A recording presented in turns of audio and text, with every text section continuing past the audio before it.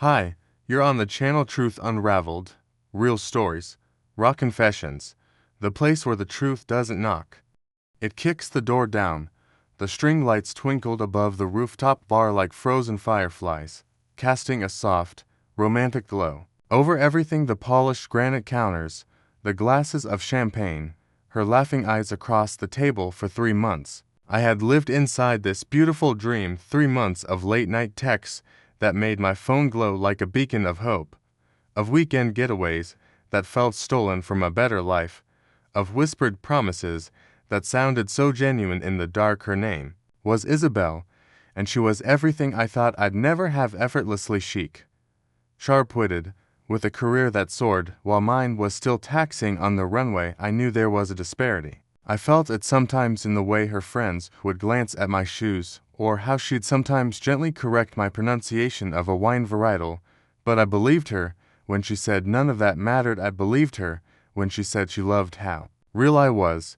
A refreshing change from the polished, empty suits she usually dated. Tonight felt different, though there was a nervous energy humming beneath her usual cool exterior. She'd been checking her phone all evening, her smiles a little too quick, a little too bright. She'd ordered a second bottle of expensive champagne I couldn't really afford, but I'd just gotten my bonus, and I wanted to celebrate. As I reached across the table, my hand covering hers. Izzy, this has been the best 3 months of my life, I said, the words feeling both incredibly vulnerable and absolutely right. I know I'm not some hotshot CEO, and my car makes that weird noise, but I'm all in. I'm falling for you. I waited for her smile, for her to squeeze my hand back, to tell me she felt it too, but the smile on her face didn't reach her eyes. It tightened, becoming something else entirely, a wince of pity, a mask of discomfort. She slowly, deliberately, slid her hand out from under mine. The gesture was so cold, so final, that it stole the breath from my lungs. The ambient chatter of the bar seemed to fade into a distant hum. Mark, she said, and my name sounded like a warning on her lips. We need to talk this, us. It's been fun, really. You were exactly what I needed after my breakup with David. A distraction, something uncomplicated. Each word was a small, precise hammer blow. Distraction, uncomplicated, but let's be real with each other. Okay, she continued, her voice taking on a condescending, almost clinical tone. You didn't actually think this was going anywhere, did you? I mean, look at you and look at me. We're from different worlds. You're a sweet guy, Mark, a really nice rebound, but that's all this ever was. I felt the world tilt on its axis. The champagne bubbles turned to acid in my stomach. Rebound, the word echoed in the space between us, vast and hollow. Tried to speak, to form some kind of protest, but she wasn't finished. She let out a light, airy laugh that was more cruel than any shout could ever be. God, you're so earnest, it's almost adorable. Did you think we were going to move in together? Meet my parents? You're a joke, Mark, a cute, temporary joke, but the punchline's over. She signaled for the check, not even looking at me anymore, already moving on to the next thing. I sat there, completely obliterated, as she paid the bill with her platinum card. A final, silent emphasis on every word she'd just said. She left me there, sitting amidst the twinkling lights and the debris of my own naivety, the sound of her laughter still ringing in my ears, a joke nobody else had heard. Don't know how long I sat there after she left. Time became a thick, syrupy substance, each second stretching into an eternity of humiliation. The waiter eventually came over, his expression a mix of pity and professional detachment. Can I get you anything else, sir? Another reminder of my place. I just shook my head, unable to form words, and stumbled out into the cool night air. The city, once full of promise, now felt like a cold, indifferent maze. Her words played on a devastating loop in my head. Rebound, distraction, uncomplicated joke. They weren't just insults. They were a full-scale demolition of my reality. Every laugh we'd shared, every intimate moment, every time she'd said she loved my passion and my drive, it was all recontextualized, poisoned. It had all been a game to her, a way to pass the time while she healed from someone she deemed more important, more worthy. I walked for hours, aimlessly, my dress shoes rubbing blisters on my heels. I replayed every interaction, Every sign I'd missed the way she'd sometimes look past me. At a party, the friends who never quite learned my name. The vague answers about future plans. I had chosen to see sincerity where there was only convenience. I had been so grateful for her attention that I'd failed to see it was conditional, temporary, and ultimately contemptuous. The anger came later.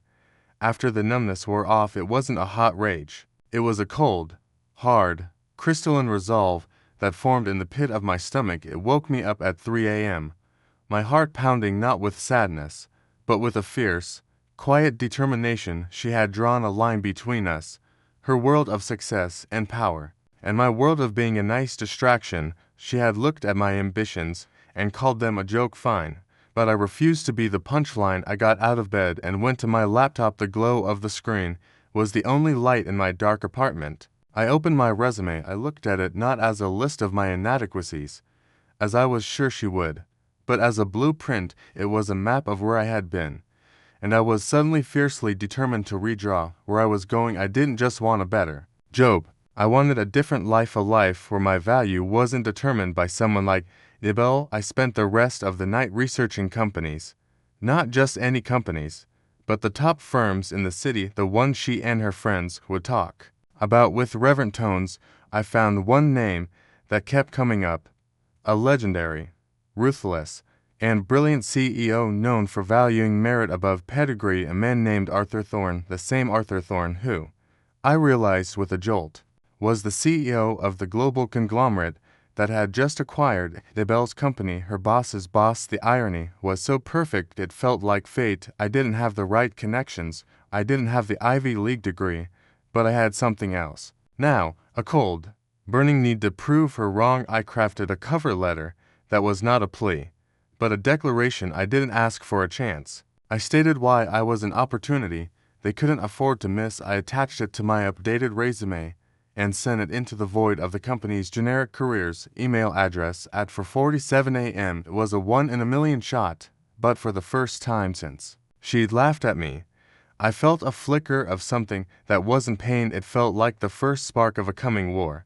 The weeks that followed were a master class in quiet transformation. The initial, gut-wrenching pain of Isabelle's words didn't disappear.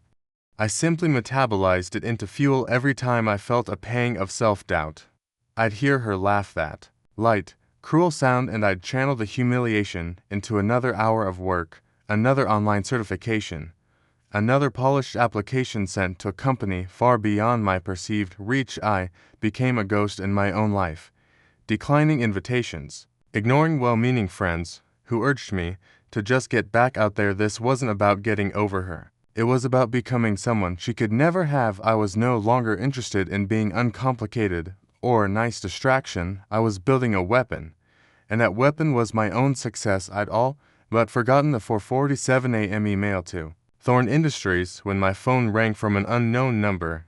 I almost didn't answer, assuming it was another recruiter for another dead-end job, but something made me pick up. "May I speak to Mark?" A crisp, efficient female voice asked. "This is he, Mr. Thorne's office calling. He's reviewed your materials and would like to schedule a meeting. Are you available this Thursday at 8 a.m.? The world seemed to slow down. "Mr. Thorne, not HR, not a department head, the Mr. Thorne." I managed to stammer out a confirmation, my heart hammering against my ribs. The interview was unlike any I'd ever experienced. It wasn't in a sterile HR office, but in Arthur Thorne's personal study, on the top floor of the Thorne Tower, a room that smelled of old leather and serious money. He was a man in his late 50s, with sharp, discerning eyes that missed nothing. He didn't ask me about my strengths and weaknesses. He presented me with a real, ongoing problem. His company was facing a logistical nightmare involving a recent acquisition, Isabelle's company. I didn't have a prepared answer, but I had spent the last month living and breathing data, strategy, and ruthless efficiency. I sketched out a solution on a notepad, my ideas flowing not from a place of trying to impress, but from that cold, clear well of resolve that her rejection had created. I was solving a puzzle, exercising. The demon Thorne watched me, silent, unreadable. When I finished, he leaned back in his chair. "Interesting," he said, the single word carrying more weight than any praise I'd ever received. "Your resume is Unconventional, you think in solutions, not excuses. The people I usually hire think they know everything he said, a faint smile touching his lips. You know just enough to be dangerous in the right way. You're hired. You'll report directly to me. We'll call you a strategic project lead. Your first project is fixing the mess you just outlined. I walked out of that building into the bright sunlight, the offer letter already burning a hole in my inbox. The salary was a number that would have made my old self dizzy. The title was one that would make Isabelle's friends take notice, but the victory wasn't in the money or the prestige. It was in the quiet knowledge that I had taken her cruelty and alchemized it into my greatest opportunity. The Rebound was now the most important person in the room. The joke was writing his own punchline, and it was just the beginning. The next 6 months were a relentless, exhilarating whirlwind. My life became a cycle of pre-dawn wake-ups, endless cups of coffee, and deep dives into the complex machinery of a global corporation. Working directly for Arthur Thorne was like getting a PhD in corporate warfare. He was demanding, brilliant, and utterly intolerant of mediocrity. He valued results above all else, and he rewarded them with more responsibility, more trust, and more resources. The uncomplicated guy Isabelle had dismissed was now managing a multi-million-dollar integration project, leading teams of people twice my age with far more impressive degrees, and holding my own in boardrooms where the decisions made affected thousands. I learned to speak their language, not with the pretentiousness I'd seen in her circle, but with a quiet confidence born from competence. I replaced my entire wardrobe, not with flashy labels to show off, but with impeccably tailored, understated pieces that commanded respect without begging for it. I moved out of my cramped apartment and into a modern loft with a skyline view that served as a constant reminder of how far I'd come. I was no longer building a new life for Isabelle. I was building it for myself, and the shadow she had cast grew smaller and more insignificant with each passing day. Arthur became an unlikely mentor over late-night scotch. In his office after a particularly brutal day, he'd sometimes drop his guard. They underestimate you, don't they? He said once, swirling the amber liquid in his glass. The ones from the right schools, the right families. They think hunger is a weakness. They're wrong. It's the only thing that matters. I know I came from nothing. Too, his words were a bomb and a weapon. He saw the drive in me, the one Isabelle had mistaken for a lack of sophistication. He nurtured it, sharpened it. The project with Isabelle's former company was a stunning success. I had identified redundancies and inefficiencies her old management had overlooked, saving Thorne Industries millions and streamlining operations in a way that was written up in industry journals. My name was suddenly known. I received LinkedIn messages from headhunters and former colleagues of Isabelle's, their tone shifting from casual to deeply respectful. I never mentioned her, I never asked about her, but I knew, through the corporate grapevine, that she was still there, navigating the new hierarchy I was helping to build. The irony was never lost on me. The Rebound was Arthur Thorne was not a man who gave vague feedback. You delivered, he said, tossing a file on his desk. Beyond expectations. That acquisition was a mess, and you turned it into our most profitable division that deserves a proper celebration. He gestured to a reservation confirmation on his screen for Lumiere, the most exclusive, impossible to book restaurant in the city. Treat, bring a date, consider it a business expense. I didn't have a date. My life had been all-consuming work, but I accepted. I owed him that much. I bought a new suit, the finest one I'd ever owned, and went alone, intending to thank him profusely and enjoy an obscenely expensive meal. The Mater D led me through the art-filled dining room to a secluded, plush booth, and then I saw them. Arthur was already there, and he wasn't alone. Sitting across from him, laughing at something he just said, was Isabelle. She looked stunning. Of course she was, leaning forward, her hand resting on his arm in a familiar way. I knew all too well she was trying to impress him, to be charming, to climb. My feet stopped moving. The air left my lungs. Arthur saw me first. A wide, genuine smile broke across his face. Mark, there you are. Come, said I. Ran into Isabelle here from the acquired division. She was just telling me about some of the challenges on the ground. Insightful. Isabelle turned, the smile on her face, the polished, professional, utterly fake smile froze. Then it shattered. Her eyes widened. Her jaw went slack. The color drained from her face so completely I thought she might faint. She looked at my suit, my posture, the easy way Arthur waved me over. She saw the mater d pulling out my chair with a level of respect this place had never afforded me. When I was with her, she was witnessing the walking, talking embodiment of every cruel word she'd ever said to me.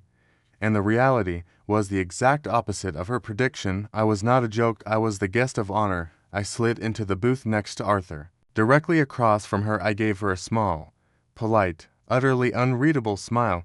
"Isabelle," I said, my voice calm, even, devoid of the old warmth or the new anger. It was simply an acknowledgement. "It's been a while." She opened her mouth, but no sound came out. She looked from me to Arthur, her mind visibly reeling, trying to compute the impossible equation in front of her. Arthur, oblivious to the nuclear bomb he just detonated, launched into praise for my work on the integration. Her company's integration. He listed the millions saved, the efficiencies gained, my brilliance, my value to his company, with every word. Isabelle seemed to shrink smaller and smaller in her seat. The woman who had once sat across from me and called me a rebound was now watching her powerful, wealthy, successful boss treat me like a protégé and a peer. The humiliation was absolute. It was total, and I didn't have to say a single word to inflict it.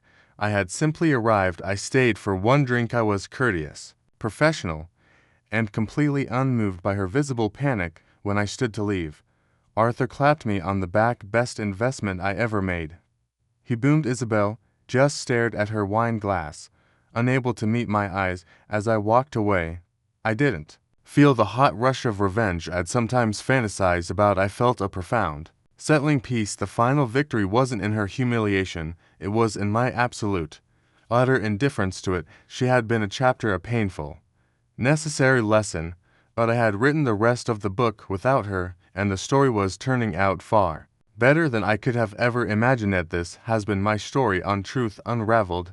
Have you ever used heartbreak as fuel to completely reinvent yourself? What did a moment of silent victory look like for you? Share your story of transformation in the comments below. Your journey could inspire someone else to start theirs. Don't forget to like this video, subscribe to Truth Unraveled, Real Stories, Raw Confessions, and hit the bell for more powerful stories about overcoming rejection and building uncheckable self-worth. Until next time, stay focused, stay driven, and never let anyone else's opinion of you become your reality.